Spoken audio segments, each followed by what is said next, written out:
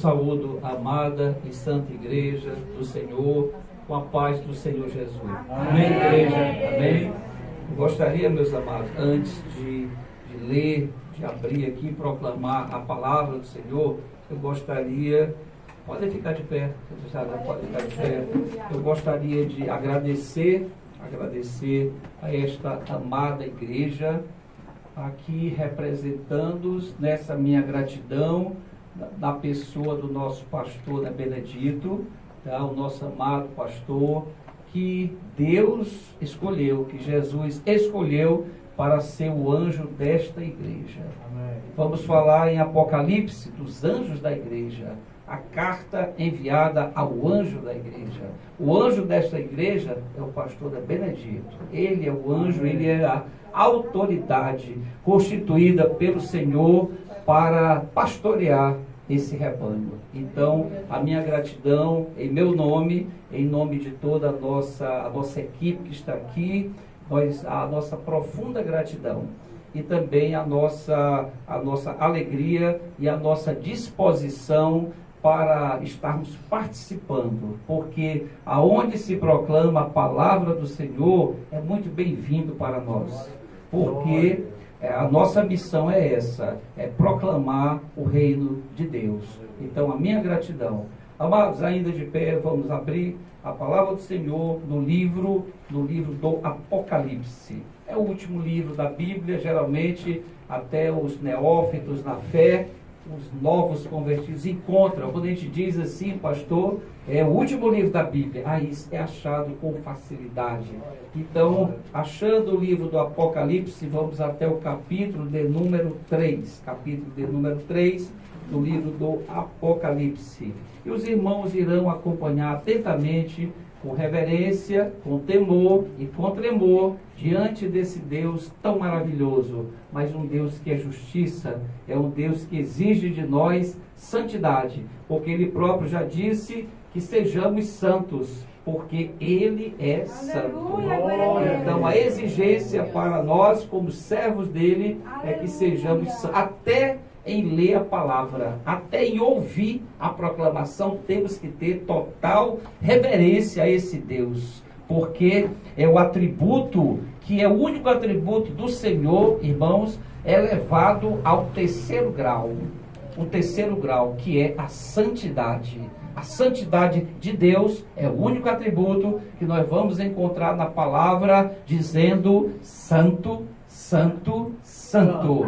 Então, é um Deus 3 vezes santo. Então, amados, a palavra vai dizer, no capítulo 3, a partir do versículo de número 7, tá? Dentro deste texto está aqui o tema da pregação de hoje à noite. E a palavra, irmãos, vai dizer o seguinte: e ao anjo da igreja que está em Filadélfia, escreve: isto diz o que é santo, o que é verdadeiro, o que tem a chave de Davi, o que abre e ninguém fecha, e fecha e ninguém abre.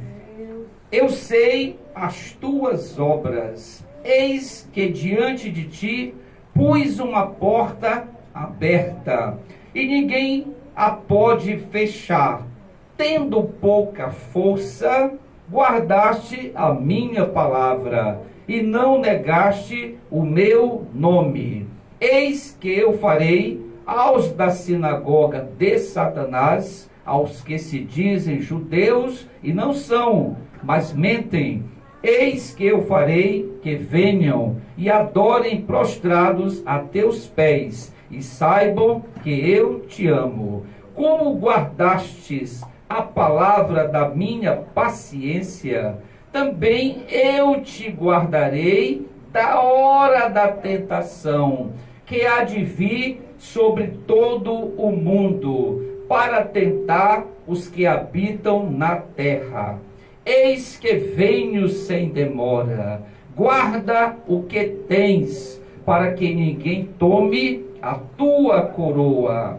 A quem vencer, eu farei coluna do templo do meu Deus, e dele nunca sairá, e escrevereis sobre ele o nome do meu Deus, e o nome da cidade do meu Deus, a nova Jerusalém, que desce do céu do meu Deus, e também o meu novo nome. Quem tem ouvidos, ouça o que o Espírito diz às igrejas. Palavra do Senhor, meus amados, graças a Deus. Podeis assentar com toda a reverência e zelo diante deste Deus. Eu gostaria só de saber do nosso pastor Benedito, quanto tempo nós teremos para a administração. Quanto tempo, pastor? Até, são 8h20, então até 1 hora, muito bem. Eu pensei que o senhor fosse me dar 3 horas, mas está bem, amado, muito bem. Amados, nesta noite nós temos aqui a incumbência. Para os irmãos terem uma ideia, eu sempre gosto desse pequeno relato, antes de adentrar a pregação, ao texto, falar um pouco a respeito da vida do pregador. A vida do pregador, amados, aquele que a Bíblia chama de atalaia, aquele que chama de pregador da palavra, não é uma vida simples, não é simples chegar até o púlpito e trazer a palavra. Há um preparo, há oração, há joelhos no chão e preparo, há pedido ao Espírito Santo que nos conceda a palavra. Porque, irmãos, o nosso Deus não tem compromisso com a palavra do pregador. Deus tem compromisso com a sua palavra. E temos que entender que nós nada somos do que mensageiros, vasos, pequenos vasos, por onde a unção, por onde o azeite é transferido aos irmãos. E é comum, eu creio, que o pastor Benedito tenha muito essa sensação, e os demais pregadores aqui que estão na minha retaguarda, aquela sensação depois da pregação de um profundo cansaço. Parece que nós fomos esvaziados de alguma coisa. Eu creio que o pastor já deve ter tido essa sensação de esvaziamento completo depois da proclamação da palavra. É como se o Espírito Santo nos ensinasse dessa forma, que nós não temos nada. Não temos nada. A palavra é dele. Quando muitos irmãos perguntam, irmão Elton, obreiro Elton, o senhor vai pregar hoje? O senhor vai pregar? Eu digo, não, irmão, quem vai pregar é o Espírito Santo. No dia que eu for o pregador, alguma coisa sairá errada. Mas o pregador é o Espírito Santo. É ele que usa os lábios do pregador. E o pregador nada mais deve ser do que um instrumento nas mãos desse Espírito Santo, para que ele possa ensinar aos irmãos sobre a palavra. E o texto, amado, desta noite, nós estamos aqui no livro do encerramento, o livro dos últimos dias. Eu sempre digo, amados, que o livro do Apocalipse, ele é como uma bússola. Os viajantes que viajam aí pelos mares, eles são guiados por instrumentos que eles utilizam para se situarem aonde eles estão. E esses instrumentos é que vão dar o direcionamento, o posicionamento de aonde eles estão. Aí eles estarão seguros, porque aquele instrumento vai dar a noção do tempo e do espaço aonde eles estão. E a Escritura Sagrada, o livro santo, é esse livro que nos dá a condição de sabermos aonde estamos e para onde iremos. E o livro do Apocalipse se torna, nesse contexto, ainda mais especial, irmã Francisca, ainda mais especial, porque ele vai nos mostrar. É um livro que viaja do passado, ele passa pelo presente e chega até o futuro. Como é o nosso Deus? O nosso Deus é um Deus que ele transita no passado, ele passa pelo presente e ele vai ao futuro, num tempo que nós não conhecemos, porque o nosso Deus, o tempo de Deus não é o nosso tempo, o tempo de Deus é o tempo eterno. Ele vive numa outra dimensão, ele vive em um outro tempo, diferente do nosso tempo. Então esse livro, ele vai nos dar a condição de nos prepararmos, sobre os acontecimentos que virão. Dentro da teologia, quando fizemos o curso de teologia, existe uma cadeira ali dentro daquele curso chamado escatologia.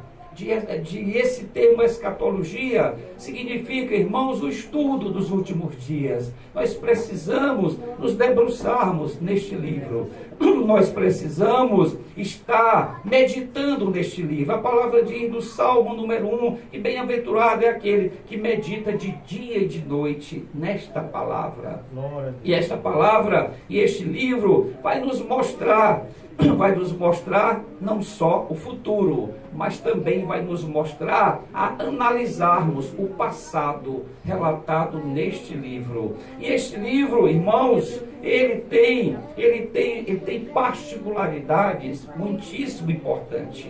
Esse livro, ele tem um autor e ele tem um escritor. O evangelista João, neste momento, ele está situando os irmãos na história. Nesse momento, o evangelista João, ele está preso na ilha de Patmos, uma ilha grega próxima da Turquia, e João estava cumprindo pena por pregar o evangelho, por pregar as boas novas, por pregar a Jesus. E a condenação de João foi ser preso naquela ilha, chamada a Ilha Solitária. Ia para aquela ilha aqueles prisioneiros mais ameaçadores ao Império Romano. E o imperador romano, ele mandava para aquela ilha solitária aquelas pessoas que tinham um potencial de ameaça maior ao Império Romano,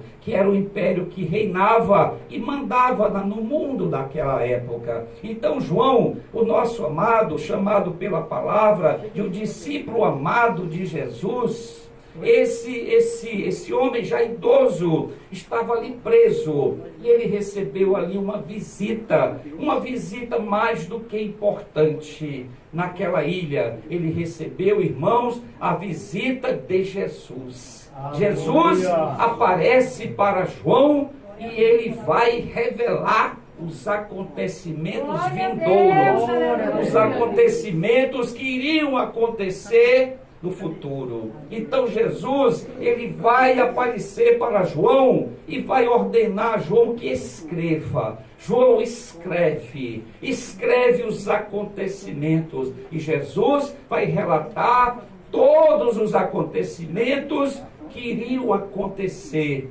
E isto, nós como crentes, como estudiosos da palavra, temos, irmãos, todo o acesso a essa escritura. E causa muita estranheza, amados, quando os crentes, quando a cristandade não se debruça, não busca o conhecimento desse livro. Nosso amado pastor citou no início o profeta Oséias, no capítulo 4, quando Oséias se lamenta sobre aquele povo, o povo de Israel, e Oséias vai dizer, e o meu povo, e esse meu povo está se perdendo porque lhe falta conhecimento. Irmãos, a cristandade moderna está se perdendo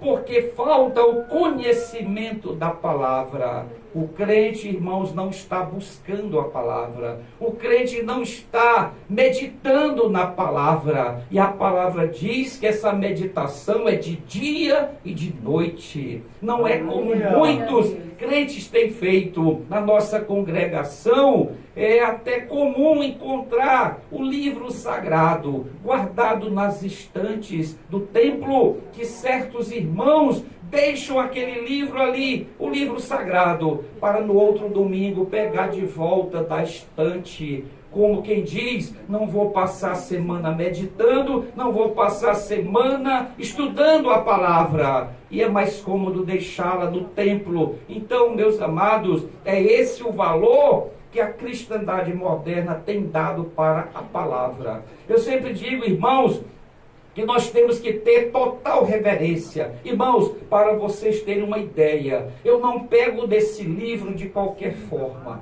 Antes de pegar deste livro, primeiramente eu oro e peço ao Senhor que me perdoe os pecados, que lave minhas mãos, lave meus lábios, lave a minha alma, para que eu possa tocar no livro sagrado. E eu coloquei isso, irmãos, como uma prática na minha vida. Não toco deste livro sem o devido preparo. Temos que estar preparado. Quando estamos em pecado, não podemos tocar neste livro. Lembre-se o que aconteceu com a arca, quando ela foi transportada de uma forma indevida. E quando aqueles carros de boi estavam transferindo a arca, houve um acidente, uma roda entortou e a arca parecia que ia cair. E quando aqueles homens tentaram tocar na arca, foram mortos instantaneamente. Isso porque, irmãos, as coisas que são consagradas ao Senhor devem ter todo o nosso respeito,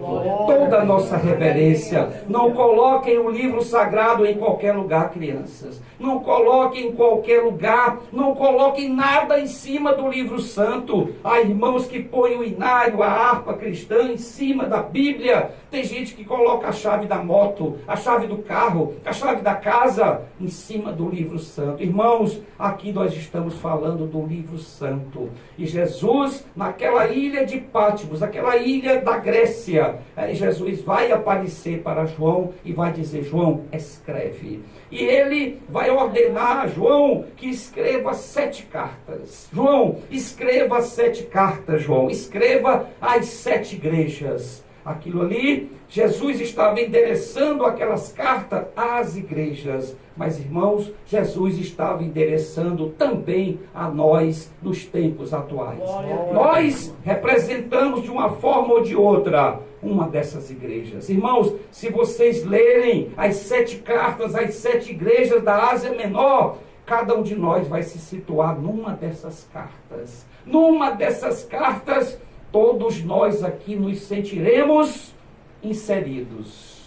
Se abrirmos a 5ª carta, endereçada a Sardes, nós vamos identificar muitas igrejas e pessoas semelhantes àquela descrição da carta. E esta carta aqui, hoje, iremos aqui falar sobre a 6ª carta. A 6ª carta é endereçada por Jesus através do escrito de João.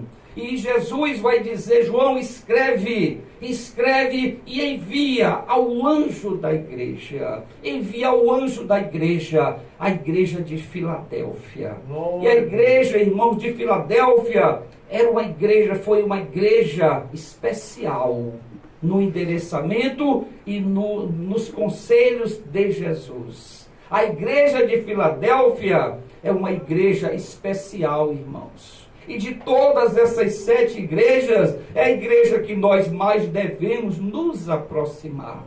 É a igreja de Filadélfia que ela se assemelha em muito à igreja primitiva. Aquela igreja de Atos capítulo 2, onde os irmãos compartilhavam entre si, ajudavam, vendiam seus bens e dividiam entre os mais pobres. E ali naquela igreja primitiva era pregada a palavra, a escritura genuína, os escritos dos profetas e os escritos dos apóstolos. Era pregado naquela igreja. E a igreja primitiva, o texto sagrado vai dizer que ela prosperava, ela se multiplicava, se multiplicava a cada dia, numa pregação de Pedro, num único dia, sem ter um microfone, sem ter uma caixa de som, sem ter um carro de som, sem ter um recurso tecnológico.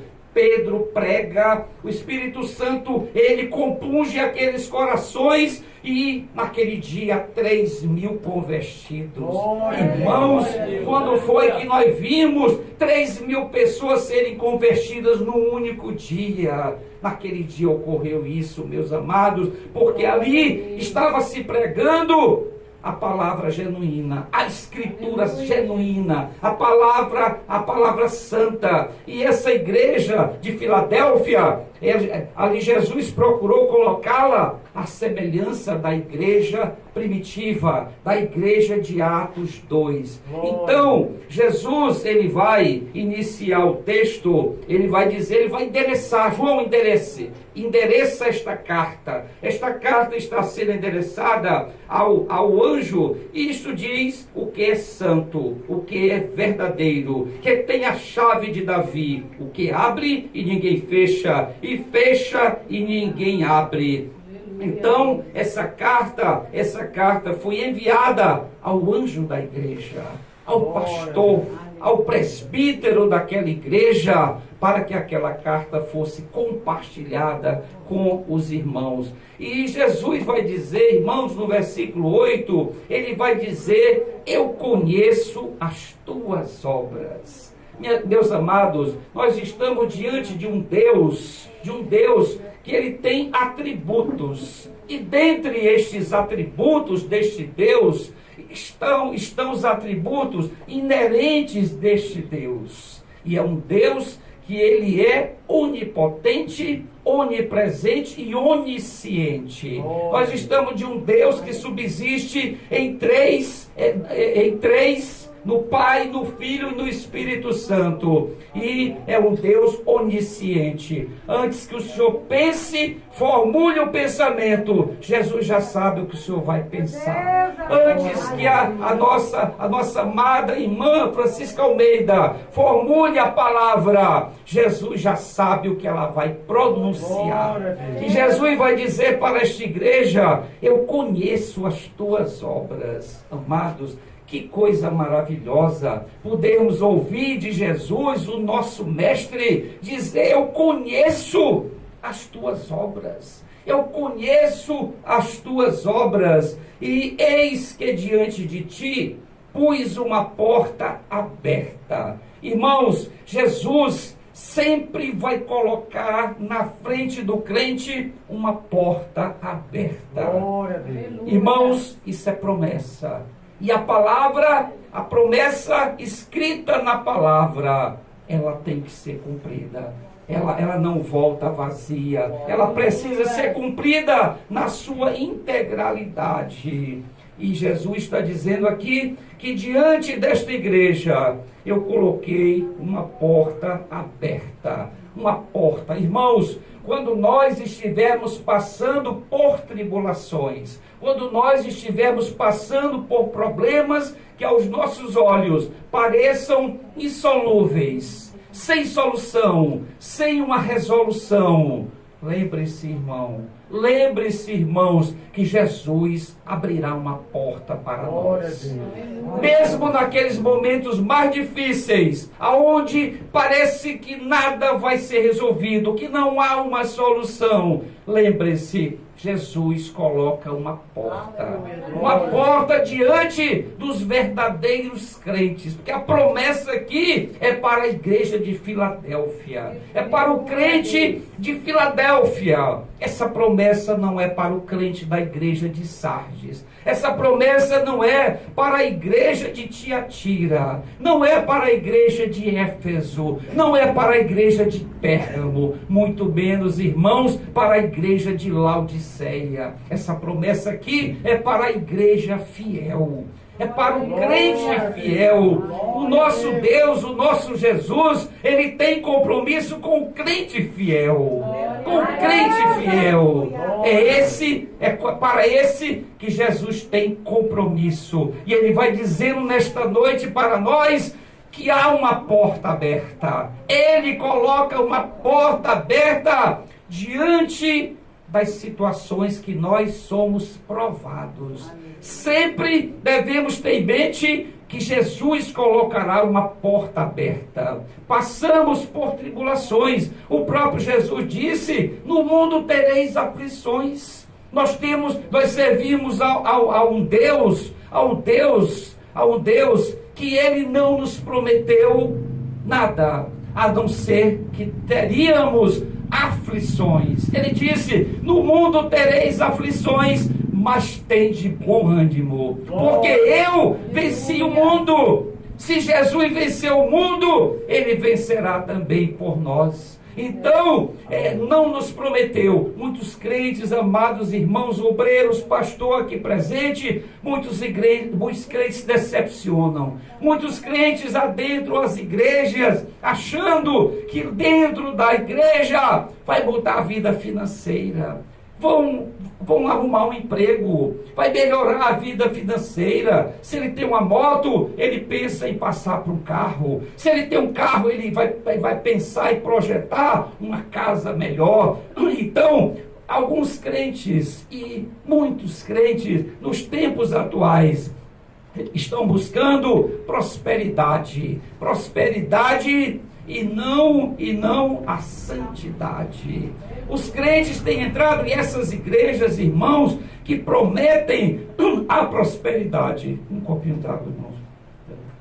Glória a Deus. Glória a Jesus, irmãos. Então, essas igrejas que têm aberto suas portas e têm prometido prosperidade, são igrejas, irmãos, que estão abarrotadas. São igrejas que estão cheias de pessoas buscando a bênção. Eles chegam ali, se esforçam, chegam um domingo muito cedo dentro do templo, e são pessoas esforçadas que estão ali trabalhando, auxiliando aqueles homens, aqueles pastores, aqueles obreiros, mas eles estão ali apenas procurando a bênção. Eles querem a bênção da cura do tumor, eles querem a bênção da prosperidade, da riqueza, da casa bonita, da casa confortável, eles querem ali o benefício da moto nova, do carro novo, mas eles não têm compromisso com o que abençoa. Eles querem a bênção, mas não querem o abençoador. Porque quando eles se deparam com o abençoador vai dizer: no mundo tereis aflições. Tereis aflições no mundo. E a vida do crente é marcada por aflições. Não esperemos nada além de aflições. Lembre-se, irmãos, do espinho na carne de Paulo. O espinho, ele quando foi arrebatado ao terceiro céu, ele disse que eu vi coisas. Há 14 anos atrás eu vi coisas inefáveis, coisas indescritíveis, coisas que eu não posso nem sequer revelar, porque não tenho palavras, missionária Irene, não tenho palavras para descrevê-las. Mas Paulo diz imediatamente: mas veio um mensageiro de Satanás e colocou em mim um espinho na carne, para que eu não me ensoberbecesse. Irmãos, Jesus está sempre cuidando de nós, e para que nós não nos ensoberbecermos, para que nós não sejamos dominados por este pecado, Deus coloca em nós o espinho na carne, para que nós, dia e noite, nos lembremos do Senhor. Porque o Senhor, o maior propósito do Senhor é a nossa salvação. A maior preocupação do Senhor para conosco aqui presentes é com a salvação. O compromisso de Jesus é com a salvação. O compromisso não é com cura de tumor, não é com riquezas, é com a nossa salvação. Porque nós temos que saber o que estamos conduzindo em nossas mãos. Certa vez, Jesus contando uma parábola a respeito de um homem rico, aquele homem que construiu novos celeiros para abrigar toda a sua produção, Jesus disse: louco, ainda hoje te pedirão a tua alma. E o que tu tens preparado e para quem é? O que tu tens preparado, igreja do Senhor? O que é que nós temos nas nossas mãos e para quem é? Jesus faz uma pergunta terrível. O que tu tens preparado e para quem será?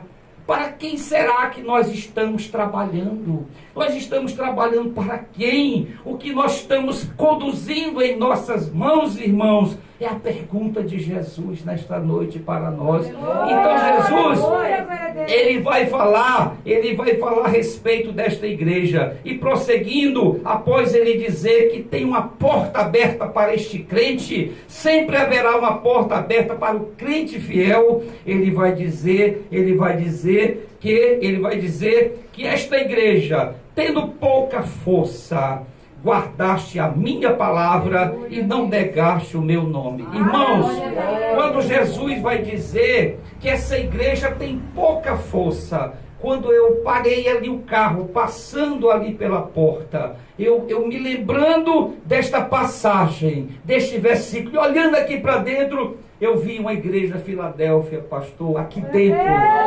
Eu vi uma igreja Filadélfia aqui dentro. Eu vi uma igreja pequena. Quando Jesus disse, tendo pouca força. Jesus disse, vocês têm pouca força. Vocês são poucos. Vocês não têm recursos tecnológicos. Não têm recursos de um som, de um retorno e de instrumentos como as grandes igrejas têm. As grandes igrejas são templos suntuosos, templos riquíssimos, com todos os recursos da tecnologia, é o que vemos por aí, mas ali não estão necessariamente os crentes Filadélfia. Não necessariamente, e aqui Jesus vai dizer, vocês têm pouca força, vocês são poucos em número, mas vai dizer sobre estes que têm pouca força, vocês guardaram a minha palavra. Guardaram a minha palavra. E guardar a palavra de Jesus é fundamental para nós. O salmista Davi vai dizer no maior salmo da Bíblia, o Salmo 119, ele vai dizer, guardei no meu coração a tua palavra, para não pecar contra ti.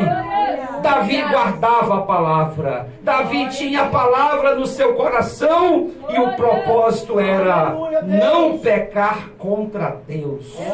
Quando nós guardamos a Escritura e o livro santo, nós estamos nos prevenindo de não pecar contra Deus.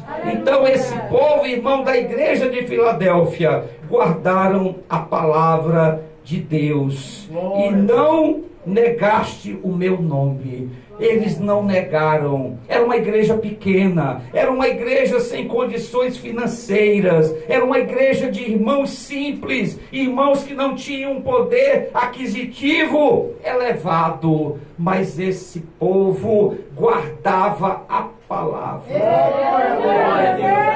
Isso nos faz crer, irmãos, que o que marca uma igreja poderosa não são seus números, não são os seus quadros de membros arrolados, não é quantos carros estão parados na porta da igreja, não é a quantidade de caixas de sons sofisticadas, caixas que dão retornos especiais, não é isto que confere poder à igreja.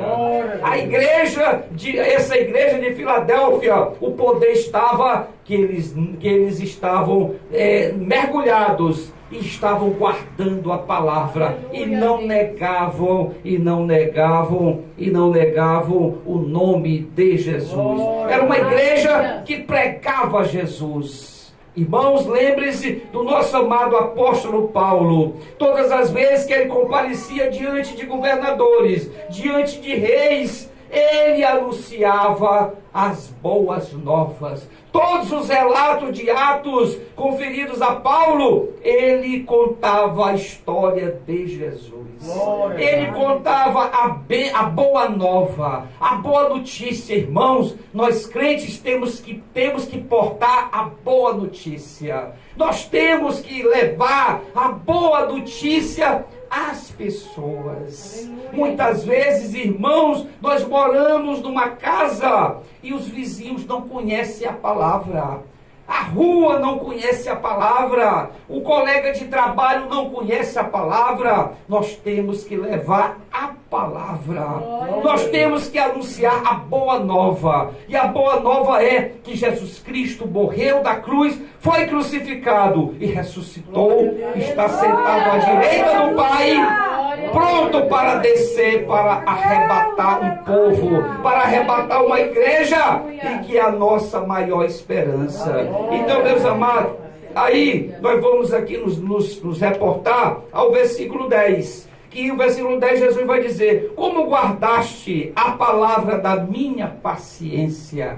Paciência que, irmãos, pode ser trocado por perseverança. Perseverança. Jesus disse: como tu guardaste a palavra da minha perseverança. O crente, irmãos, tem que ter perseverança. Ele tem que perseverar na fé. Ele tem que perseverar na doutrina da palavra. E Jesus vai dizer: também eu te guardarei da hora da tentação. Irmãos, eita maravilha, irmãos. Olha a promessa que Jesus está fazendo para aquela igreja. Olha a promessa que Jesus está fazendo para aquela igreja, que nós até nos imaginamos, nós nos imaginamos sentando naqueles bancos daquela igreja de Filadélfia. Jesus vai dizer, vai fazer aqui uma promessa, que é a promessa que move todo crente. A promessa que deve mover todo crente não é a casa nova, não é a motocicleta nova, não é o vestido novo, não é a sandália nova, não é nada deste mundo. A promessa que deve mover os nossos corações é o arrebatamento. É aquele maravilhoso dia, aquele dia que deve ser esperado dia e noite por nós. Eu digo, vai ser o maior acontecimento da história, o arrebatamento. Os crentes, eles vão ser arrebatados, eles vão ser arrancados. O grego, ele descreve essa palavra arrebatamento como harpazo. No grego, arrebatamento quer dizer harpazo, e harpazo no grego quer dizer arrancado, tirado, arrancado à força, ou arrancado com força, com poder, com poder. É assim que Jesus irá nos levar. E Jesus está dizendo aqui que porque vocês tiveram perseverança, também eu te guardarei da hora da tentação. Amados, muitos são os pregadores que dizem que a igreja vai estar aqui na grande tribulação, que a igreja, hoje eu ouvia o argumento de um dizendo o seguinte, é que o crente tem que ser preparado para passar pela grande tribulação. Meus amados, é isto que o texto sagrado diz. Jesus está prometendo aqui que irá nos livrar. Ele vai nos livrar da hora da tentação. Há uma diferença nas preposições da e na. Ele não vai nos guardar na hora da tribulação. Ele vai nos guardar da hora. Ele não permitirá que a sua noiva, que a sua igreja passe pelos 7 anos da grande tribulação. E nós, irmãos, somos pré-tribulacionistas. Irmão Elton, que é pré-tribulacionista, nós cremos que a igreja será arrebatada antes dos 7 anos da grande tribulação. Porque nesse mesmo momento, a igreja, ao ser arrebatada, ela subirá para o encontro nos ares com Jesus, o seu noivo, o nosso noivo, para o maior evento da história, as bodas do Cordeiro. E é isso que nos anima. E a palavra diz que nós devemos nos animar uns aos outros com essa com essa verdade. O arrebatamento da igreja, as bodas, tem crentes irmãos que não creem nas bodas do Cordeiro. Não basta para eles a riqueza de textos na Escritura Sagrada. Eles dizem, não creio nas bodas do Cordeiro. É uma linguagem, eles dizem, é uma linguagem alegórica, é fantasiosa, e a igreja não subirá, ela permanecerá na grande tribulação. Meus amados, a igreja neste momento, Jesus promete aqui através de João, ele nos livrará da hora da grande tribulação, que virá, que há de vir sobre todo mundo, para experimentar os que habitam na terra. Amados, a grande tribulação não veio para o crente. A grande tribulação não foi planejada pelo Senhor Deus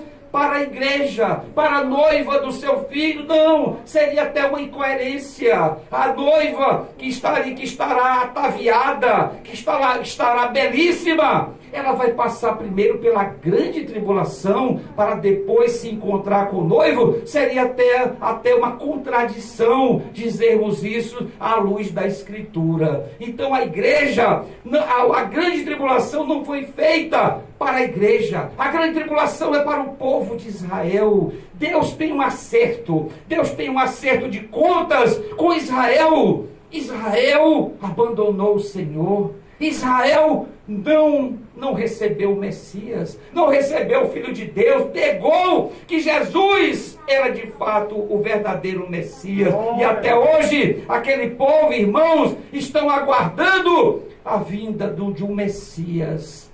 Irmãos, esse povo ainda hoje é um povo frio. Hoje, se não fosse a igreja, o evangelho não estaria sendo divulgado e proclamado nos 4 cantos da terra. Hoje o evangelho prospera e cresce por causa da igreja. Ontem à noite mesmo estava dizendo para minha esposa Mária, eu disse, olha, se dependesse de Israel, o mundo estaria perdido, porque Israel está mergulhado na impiedade. E Deus tem um acerto de contas, mas mesmo assim, Deus não abandonou o seu povo. Aquele povo da promessa que Deus fez ao patriarca Abraão. Deus não se esqueceu da promessa. Eu também sou contra quando dizem que a igreja, ela é o Israel de Deus. Não, irmão, a igreja não é o Israel de Deus. O assunto Israel é com Deus. E o assunto igreja é com Jesus. Aleluia. O assunto igreja é de Jesus. É a noiva. Nós somos a noiva de Jesus. Aleluia. Grande tribulação. Israel é um acerto de contas de Deus com o povo judeu, com o povo hebreu, o povo que murmurou no deserto, aquele povo que viu todos aqueles acontecimentos, viu o mar se abrir, viu o rio Jordão se abrir, passaram a pés secos. E Deus, durante aquela travessia do deserto, Deus mandava alimento, codornizes caíam do céu, o maná caía do céu, não faltava água, bastava Moisés tocar suavemente na rocha, eles tinham água da melhor qualidade, talvez a melhor água que já foi produzida para a raça humana. E o povo tinha tudo. No entanto, o povo murmurava, porque queriam algo mais, e eles murmuravam, e por isso tombaram no deserto, morreram no deserto. Mas cuidado, irmãos, há crentes também que estão murmurando dentro das igrejas. Tem crentes que estão murmurando contra o pastor, tem crentes murmurando contra a liderança da igreja, tem crentes que estão murmurando contra a regente do círculo de oração. Então, irmãos, cuidado, aquele comportamento de Israel está também acontecendo dentro das igrejas, e nós temos que ter cuidado com o pecado da murmuração, porque ele aborrece a Deus. Crentes que murmuram, povo que murmura. Tá, hoje, aqui só a título de exemplo, hoje eu estava fazendo uma ultrassom de uma senhora gestante, e aquela senhora, eu disse, mamãe, o seu filho é um homem. Não acredito, eu não quero. Ela não queria o filho porque era homem. Irmãos, eu disse, querida, é uma bênção de Deus. O seu filho está saudável, seu filho está com o coração perfeito, o corpo perfeito, vai ser um ser humano perfeito. Mas ela se derramava em desespero, dizendo que não aceitava ter um filho masculino, porque ela já tinha um filho masculino. Cuidado, irmãos, cuidado com o pecado que aborrece tremendamente ao nosso Deus, crianças, que é o pecado da murmuração. Tenhamos um cuidado imenso de não murmurarmos. Devemos ser gratos ao Senhor, agradecer. Não podemos nos levantar de manhã de uma cama sem nos prostrarmos agradecendo pela noite. Não podemos ir dormir à noite sem colocarmos os joelhos no chão, agradecendo ao Senhor pelo dia, pela água, pelo pão, pelo livramento, pelo ar que respiramos, por tudo que fomos abençoados. Irmãos, o crente da igreja de Filadélfia tem essa característica. É um crente agradecido ao Senhor. É um crente que medita na palavra dia e noite, irmãos. E nós temos que copiar. Nós temos que imitar. O próprio apóstolo Paulo disse: sede meus imitadores, como eu sou de Cristo. Nós temos que imitar as coisas da Escritura. Nós temos que imitar os grandes homens da Escritura Sagrada. Não é pecado imitar essas pessoas, porque o próprio Paulo sugeriu que nós imitássemos a ele, porque ele imitava a Cristo, irmãos. Então, meus amados, esse é o crente da igreja de Filadélfia. Mas no versículo 11, que é o tema da nossa reunião de hoje, Jesus vai dizer: eis que venho sem demora. Irmãos, Jesus nos promete que voltará. Ele veio à moda do casamento judaico. Jesus veio, ele se encarnou, nasceu do ventre de uma mulher. Ele se encarnou e ele veio estabeleceu essa noiva. Ele estabeleceu essa igreja que hoje nós fazemos parte dela. E esse Jesus, ele prometeu que voltaria. Quando Jesus estava sendo assunto aos céus, depois da ressurreição, dos 40 dias que ele visitou os discípulos, os apóstolos, aquelas mulheres, depois de 40 dias, ele sobe aos céus. E ali havia naquela multidão que estava de olhos arregalados para o céu, vendo Jesus subir, ali 2 anjos disseram: varões galileus, por que vos assustais? Por que vos atemorizais? Da mesma forma que ele subiu, ele descerá. Irmãos, Jesus voltará. Irmãos, Jesus voltará. E ele disse: venho sem demora. Eu venho sem demora, é promessa. E a Escritura não pode negar as suas promessas. Então o nosso Deus é um Deus de promessa. E ele vai dizer, Jesus, e além de prometer que voltará, ele vai dizer: guarda o que tens. Guarda o que tens, para que ninguém tome a tua coroa. Amados, vemos em outra passagem da Escritura, o apóstolo Paulo, quando vai ensinar a respeito da Santa Ceia, ele disse: aquele que está de pé, cuide para que não caia. Examine-se o homem a si mesmo. Examinemos, irmãos. Nós precisamos nos examinar, irmãos, a cada dia. É mais fácil para o crente examinar o outro. É fácil julgar o irmão que está do nosso lado. É fácil, irmão. É fácil examinar a vida do irmão que está sentado do nosso lado. Mas às vezes nós temos uma grande dificuldade de nos examinarmos. Voltarmos o nosso olhar para dentro de nós mesmos para nos examinar, para que nós possamos nos conhecer e saber qual é a nossa atitude diante desse Deus. O que temos preparado? Lembre-se do que Jesus disse para aquele homem rico: o que tu tens preparado, homem? E para quem será? O que nós estamos ajuntando na terra? O que nós estamos preparando na terra para aquele dia. Será um encontro terrível para alguns e maravilhoso para outros. Porque para os salvos, regozijo. Para os salvos, alegria. Alegria naquele dia, daquele encontro. Mas para os perdidos, será o dia mais terrível da vida deles, meus irmãos. Então nós temos que saber o que nós estamos preparando. O que é que no dia a dia estamos preparando para entregarmos para o Senhor. Glória a Deus. Temos entregue a nossa vida, a nossa dedicação, o nosso tempo primeiro para Jesus. Será que nós estamos cumprindo o que a Escritura Sagrada diz? Buscai primeiro o reino de Deus. Jesus ensinando, busquem primeiro o reino de Deus e a sua justiça, e as demais coisas vos serão acrescentadas. É promessa, irmãos. Quando nós buscamos primeiro o reino de Deus, as demais coisas serão acrescentadas. O problema é que o crente está procurando primeiro as outras coisas, para depois buscar ao Senhor. E dessa forma não vai acontecer. Irmãos, então, vamos continuar analisando o escrito de Jesus. E ele disse, para que ninguém tome a tua coroa. Para que ninguém tome a tua coroa. Para que nós não percamos a nossa salvação.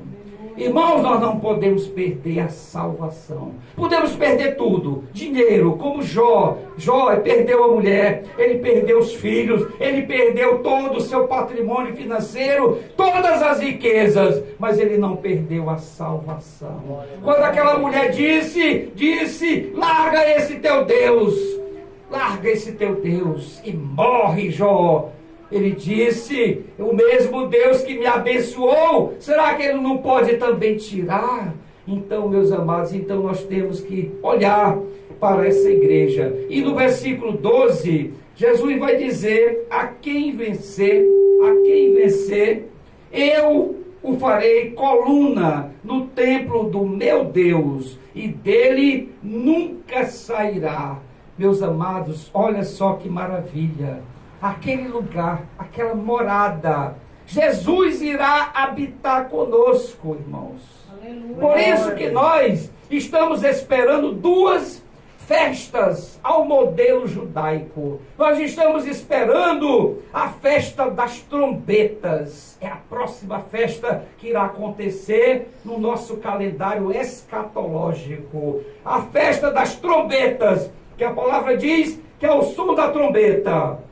E diante da fala do anjo, nós seremos chamados, arrebatados para o encontro com o noivo, ao som da trombeta. E depois disso, irmãos, nós iremos passar pela festa do Yom Kippur, que é o perdão dos pecados, e depois a última festa, que é a festa dos tabernáculos. Tabernáculo onde Jesus habitará conosco. Ele vai morar conosco.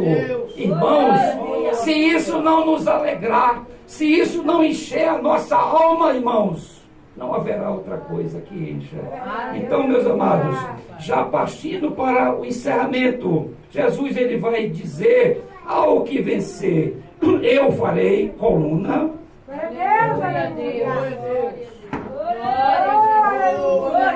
Eu farei coluna do templo do meu Deus, e dele nunca sairá, e escreverei sobre ele o nome do meu Deus, e o nome da cidade do meu Deus, a Nova Jerusalém. Aleluia. Meus amados, eu já tive um sonho. Eu sonhei, irmão, um dia eu sonhei vendo a Nova Jerusalém. E no sonho, irmãos, a Nova Jerusalém, eu estava na terra. E eu, naquele sonho, naquela visão, eu estava acompanhado de um homem. Não sei a face, quem era aquele homem. E aquele homem, um planeta se aproximava da Terra. A coisa mais linda que eu já vi na vida era aquele planeta se aproximando da Terra. E aquele homem desesperado dizia: o que é aquilo? O que é aquilo? Aí eu dizia para aquele homem: irmão, é a Nova Jerusalém, é a cidade santa que está descendo. A cidade santa, a morada da igreja. A igreja irá morar na Nova Jerusalém. Na Nova Jerusalém. Nós moraremos no céu apenas 7 anos, irmãos. Eu, quando era menino, eu escutava os presbiterianos cantarem, vizinhos a nós. Eles diziam: em ruas de ouro, eles cantavam louvor, em rua de ouro, e que nós iremos morar no céu. Moraremos no céu, de fato, por 7 anos, irmão. Durante as bodas, a igreja habitará no céu. Por isso que Jesus disse: eu vou preparar-vos morada, porque se não fosse assim, eu vos diria: na casa do meu pai há muitas moradas. Então, são essas moradas que abrigará a igreja durante os 7 anos das bodas do Cordeiro. E depois disso, o crente mudará de endereço. O crente mudará de endereço. Ele vai morar na Nova Jerusalém.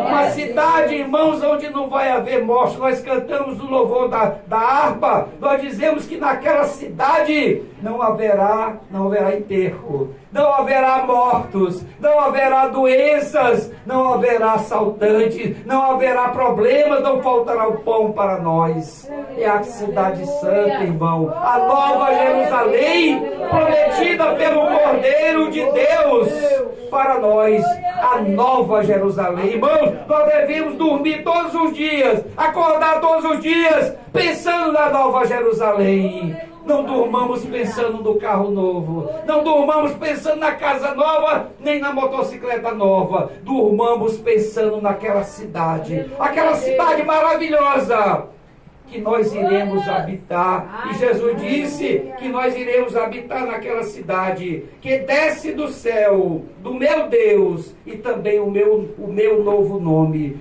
Veja que Jesus disse que a Nova Jerusalém descerá do céu. Descerá do céu com a igreja. Com a igreja. Há muitas interpretações que quando a palavra, alguns pregadores dizem que Jesus, quando vier para a grande tribulação, ele descerá com a santa igreja. Irmão, na minha tradução da minha Bíblia, não diz que é com a santa igreja, diz que Jesus vai descer com os santos anjos. Ele vai descer com os santos anjos. Ele lá não diz na minha Bíblia que Jesus descerá com a igreja depois das bodas. Ele descerá com os santos anjos. Porque Jesus vai descer para a guerra. Vai descer para guerrear e implantar o seu reino milenar. Jesus vai governar a terra de Jerusalém. Por isso o anjo disse, da mesma forma que ele subiu, ele descerá no mesmo lugar. E ele vem para reinar. Ele não virá mais como cordeiro. Quando João o Batista estava batizando no Rio Jordão, ele disse, Jesus apontou lá na estrada com os seus discípulos, João virou e disse, eis o Cordeiro de Deus. Eis o Cordeiro de Deus que tira o pecado do mundo. Jesus não voltará, irmão, como cordeiro mais. Ele voltará como leão. Ele voltará como Rei dos Reis. Escrito na coxa dele, Rei dos Reis, Senhor dos Senhores. Ele vem para governar com cetro de ferro. Ele governará a terra. E a palavra diz que todo joelho se dobrará. Todos os reis se dobrarão. Todos os governadores se dobrarão. Todos os presidentes se dobrarão, crianças, naquele dia, diante do Rei dos Reis, diante do Senhor dos Senhores. Meus amados, então, ele vai dizer para encerrar. Quem tem ouvidos, ouça o que o Espírito diz às igrejas. Sempre que Jesus encerra a sua carta às 7 igrejas da Ásia Menor, ele diz, quem tem ouvidos, irmãos, quem tem ouvidos, o crente deve estar atento, irmãos. O crente deve estar ligado nas coisas do céu. Eu costumo de noite, é muito frequente, comum, irmãos, de noite eu parar e olhar para o céu. Aí eu olho as estrelas, eu olho a posição, vejo se não está havendo algum movimento no meio daquelas nuvens. esperando a volta de Jesus. Irmãos, crente que não espera Jesus, alguma coisa aconteceu. Alguma coisa aconteceu com aquele crente, porque o crente tem que se alegrar e esperar todos os dias, a volta de Jesus. E é um hábito salutar para nós crentes sairmos da porta e observarmos o céu, porque o crente precisa olhar para o céu. Precisa olhar para o céu. Como o povo judeu, quando estava no período das festas, havia alguém encarregado de olhar a lua. Quando a lua tivesse numa certa definição, era um sinal de que aquela festa poderia iniciar. Então o crente precisa olhar para o céu. Não é à toa, irmãos, que nós somos 3 partes. Ensinamos no domingo passado na congregação. Nós somos uma tricotomia, 3 partes. Nós somos espírito humano, alma e corpo. Por que a alma está entre o espírito e o corpo, que significa a carne? Porque nós podemos, sendo alma vivente, olhar para o espírito ou olhar para o corpo, que é a carne. E os crentes, irmãos, estão olhando mais para a carne. Os crentes estão olhando mais para as coisas do mundo. Estão se distraindo das coisas de Deus. Satanás tem produzido, colocado nos olhos do crente, que ele olhe mais para as coisas terrenas. Aquela mulher encurvada, que vivia a vida toda olhando para baixo, por ação de Satanás. Então, meus amados, que esta palavra nesta noite, irmãos, que a proclamação a respeito desta igreja, a igreja de Filadélfia, que nós possamos imediatamente nos adequarmos a esta igreja. Porque, irmãos, há uma exigência de Jesus sobre os crentes dessa igreja. Esses crentes precisam ter essas características. Jesus disse: porque guardastes a minha palavra. Então os crentes da igreja de Filadélfia, eles têm que guardar a palavra. Guardar a palavra, sob pena de não pertencerem à igreja de Filadélfia. Irmãos, que essa palavra, que o Espírito Santo nesta noite nos admoeste, nos incomode, nos confronte, para que nós possamos nos examinarmos a nós mesmos. Que igreja nós pertencemos? Será que nós somos de Sardes? Que Jesus disse: tem nome de que vives, mas estão mortos. Irmãos, a cidade de Caxias está cheia de igrejas de Sardes. A igreja de Sardes tomou conta da cristandade caxiense. São igrejas que parecem vivas, pastor. Parece que estão vivas. Os irmãos, eles dão glória a Deus, eles pulam, eles tocam guitarra, eles tocam bateria. Mas Jesus disse: estão mortos. Vocês parecem vivos, mas estão mortos. Que é a igreja da atualidade. A igreja da atualidade não é Filadélfia, é Sardes, é a quinta igreja. Mas Jesus disse: mas mesmo lá, aos poucos que não se contaminaram e andarão de vestes brancas comigo. Mesmo lá haverá os salvos, que não se contaminaram com a falsa doutrina. Meus amados, que Deus o Pai, que Deus Jesus, que Deus o Espírito Santo nos enriqueça, nos encha desse conhecimento, porque nós precisamos do conhecimento, para que não percamos a direção, para que nós não erremos o alvo. O alvo é Jesus. Aleluia. O alvo é Jesus. Não percamos o nosso olhar do alvo. Não nos desviemos como a palavra, como Deus orientou a Josué. Josué, não te desvia nem para a direita e nem para a esquerda. Que nós estejamos olhando firmemente para o autor e consumador da vida, Jesus.